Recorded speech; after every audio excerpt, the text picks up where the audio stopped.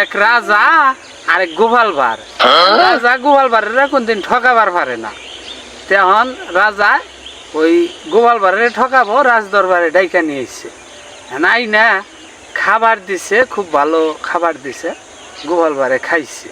খাওয়ার পরে রাজামশাই একটা দইয়ের ডুহির মধ্যে মৌমাছির চাক উঠাইয়া প্যাকেট করে দিয়া দিছে, কইছে তুমি বউ ফলাইবার নিয়া বাসায় যাইয়া খাওগা। দইয়ের ডুহিটা বাসায় নিয়া যখন খুলছে তখন ওই মৌমাছি বেরোইয়া কামড়াইয়া গোপাল ভাঁড়ের ফোড়ের মতো বানাই ফেলাইছে। তো এখন গোপাল ভাঁড় চিন্তা করে যে রাজা মশাই এইভাবে আমার ঠকাইলো, তাইলে এটার একটা উচিত শিক্ষা দিতে হইব।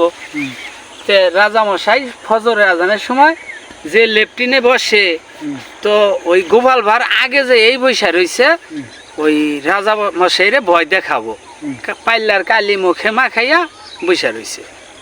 যাই হোক, রাজা মশাই যখন আসছে এখন দেখা যায় ভূতের মতো। পরে কয় ভূত গো ভূত ভূত। পরে ওই গোপাল ভাঁড় কয় হ্যাঁ আমি ভূত, তরে খামো। পরে কয় তুমি আমারে খাইও না।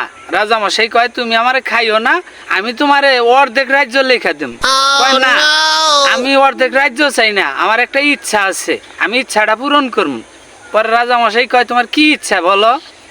কয় আমি রাজা মশাই আপনার গোয়া মধ্যে আঙ্গুল দিয়া ঘুরামু। পরে ওই রাজা মশাই শিকার হইছে।